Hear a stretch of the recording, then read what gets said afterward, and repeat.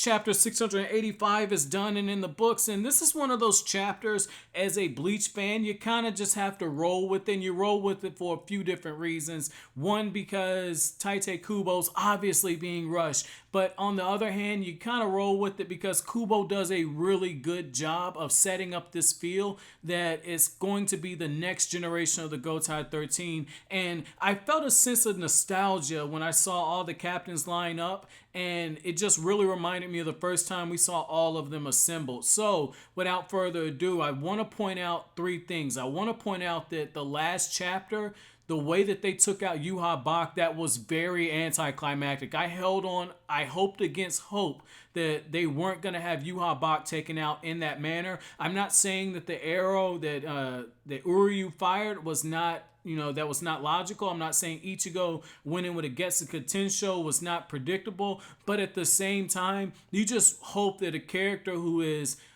damn near omnipotent, that overpowered, takes out Aizen in that manner, absorbs Aizen. You just hope that he does not go out in one panel like that. But hey, teamwork, friendship, whatever you want to call it. So I'm a little disappointed in that. So when I found out that 10 years had passed, I was very disappointed. But there are other things in this chapter where I just feel like Kubo, he was kind of pointing out to fans like, hey, I got rushed. And I'm referring to the fact that Toshiro is giving these lectures to Tetozaimo, who has finally become a captain, and he's training. He's like, I'm not really at captain level, and I have to train my body in order to get to that point. And then you have Toshiro telling Rangiku, well, it's a shame that other people don't take that same diligence with their training. And he's referring to Shuhei, and Shuhei says, well, I have this really awesome Bankai, but I couldn't use it during the war. And that's absolute bullshit. He had a moment where he could have used his Bankai and he didn't. And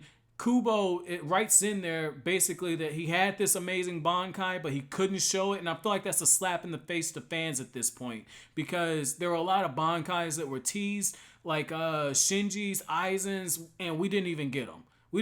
I feel like there was more to come in that regard. Another thing that I had an issue with in this chapter is the captain promotions. I don't have a problem with Tetazaimo Elisa, the chick who took over for Shunsui's old squad. I don't have a problem with that. I have a huge problem with Rukia being a captain. I did a video when I first started YouTube saying, are Rukia and Renji, are they really captain level? And I felt like Rukia was closer between the two, but even with Rukia's Bankai, unless she mastered it during this 10-year gap, there's no reason she should be captain. I get she's taking over for Joshiro Udatake. I get it, because he's dead at this point. I get that. I get Isane taking over for... I get Isane taking over. Like, I get that. But at the same time, I just have a huge problem. Like, it's like you just promoted the lieutenants. I get that's why the structure's there. But I feel like there should be something in place to where characters who are not really welcome, or not welcome but not really qualified, should not be welcomed into that position. Like Urahara, Unohana, when you look at her character and you look what she was able to do, there's no way in hell you can tell me that Isane is just as qualified to be captain as her.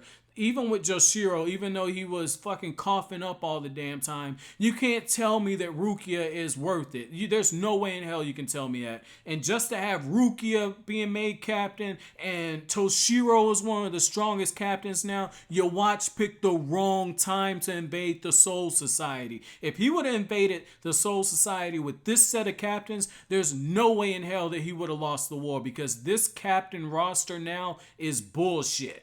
Absolute bullshit. Like, I feel sorry for your watch at this point. But another thing that was very interesting in this is, after they talk about how Mayuri is gone, one of the things that they say is that they have picked up a similar Reiatsu to what your watch unleashed a few years ago, not a few years ago, 10 years ago. And my money on that is that it's gonna be Ichigo, because Ichigo, he's like a fucking smoothie. He's got so many different things blended inside of him. He's part Quincy, even though his Quincy powers were taken away from him. He's got the full bring ability. He's got Soul Reaper. Ichigo's got everything in him. And with your watch being gone and having absorbed the Soul King, there has to be someone who can maintain the balance. So So I'm thinking that might be Ichigo, but that might be a stretch. But I think that Ryatsu that they sensed or that they picked up is going to be Ichigo stuff, because this is the next to last chapter and we don't have the main character in it. So it's got to be Ichigo at this point. Another small thing I thought was pretty funny was the fact that Kenpachi is still having a horrible sense of direction. It's right there with Zoro at this point. And he's saying this because Yachiru was there that he got lost, but he got lost at this point. So overall, pretty good chapter. Next week's chapter, or the chapter week after next, is going to be the last one. I thought that this would be the final chapter because usually Bleach chapters are, not chapters, but volumes are 9 to 11 chapters, but looks like they're going to add another chapter to this. That way they can charge more, probably charge as much as they would for a volume that would have 13 chapters in it, because there's a color spread for this and that costs more money. But overall, pretty good chapter. Like I said, next generation type feel. Overall, I say just roll with it, guys. Thanks for watching. Have an awesome day.